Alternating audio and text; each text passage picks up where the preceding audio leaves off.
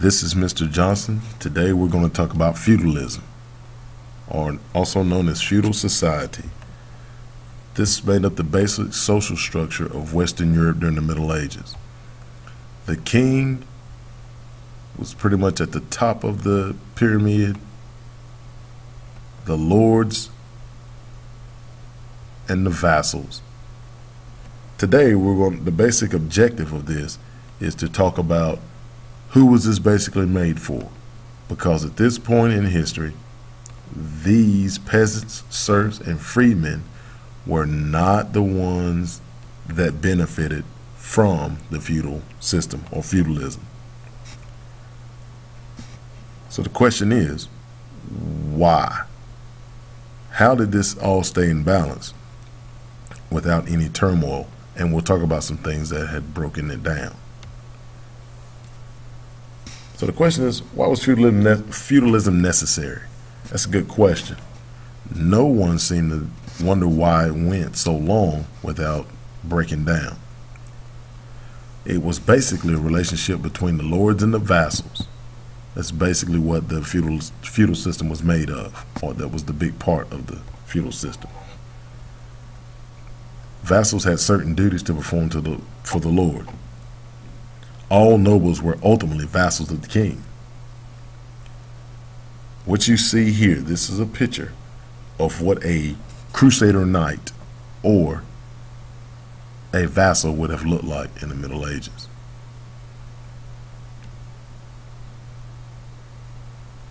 So the question, what is a knight?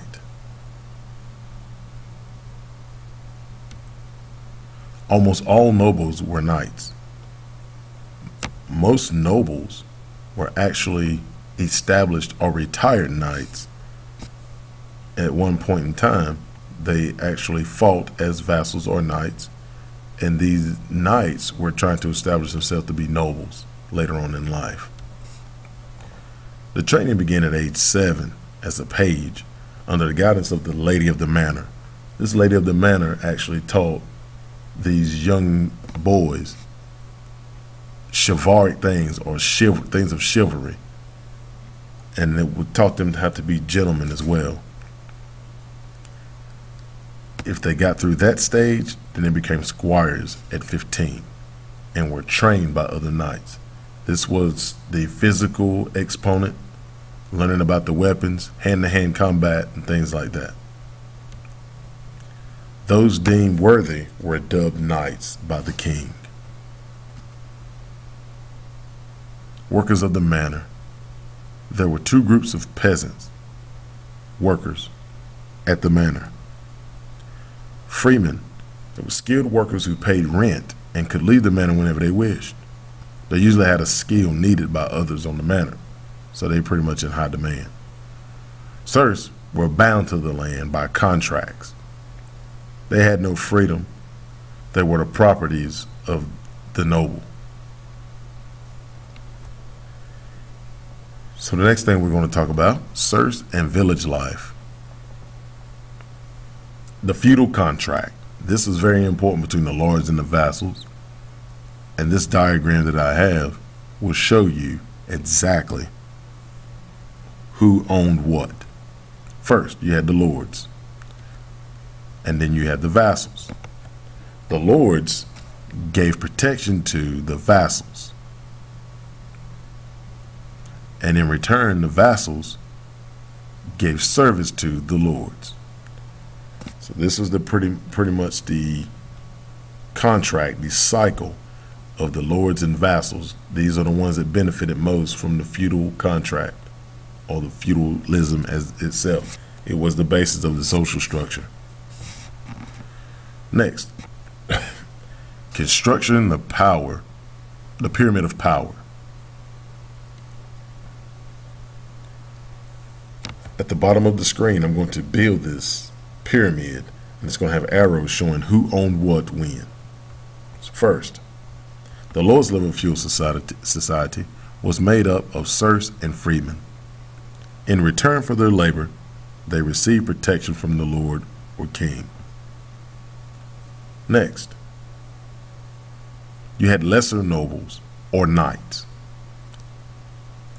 The next level, feudal society, were the knights. In return for their loyalty and military service, they received land and protection. The next level of feudal society was made up of powerful nobles. In return for their loyalty and service, they received land.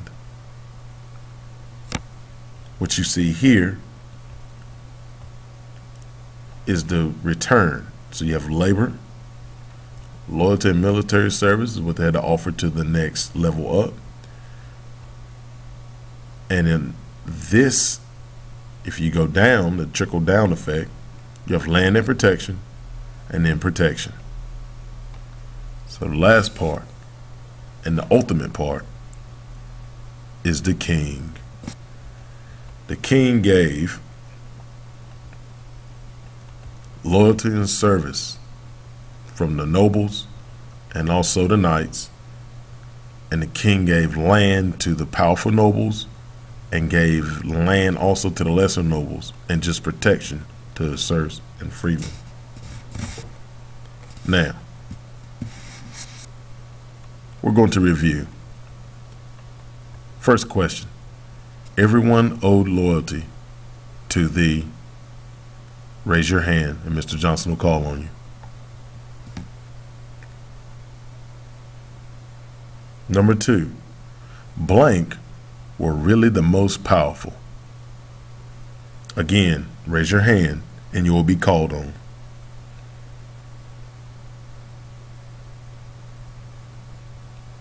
Next question. They got blank from the king.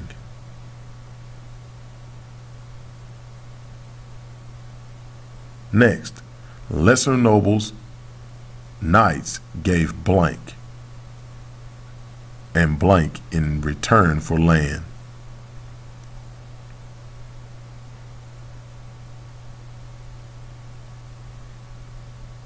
Very good, very good. Next question. Blank were bound to land.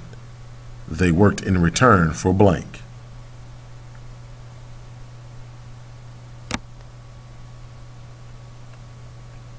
Next, blank were skilled workers. They paid rent to the blank and were free to move if they wanted to.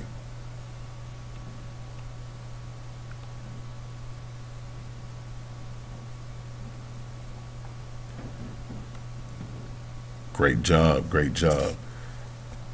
These are basic questions to check for your understanding.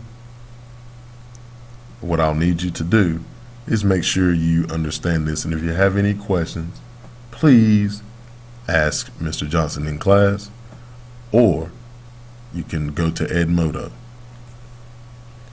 I will have a visual set up for you that you can watch a little excerpt on knights and the idea of feudalism. Again, if you have any questions, let me know. Now, let's check your answers.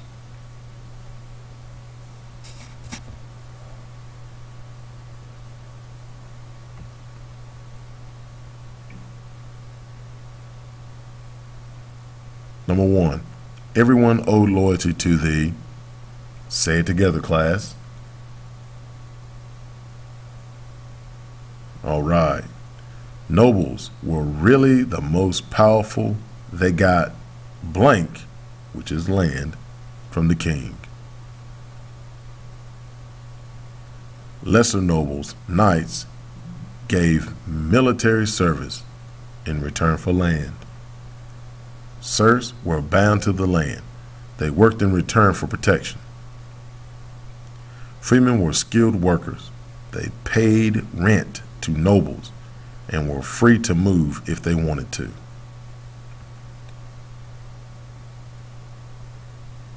Thank you. I will be uploading this PowerPoint to the website, school website, so you can see it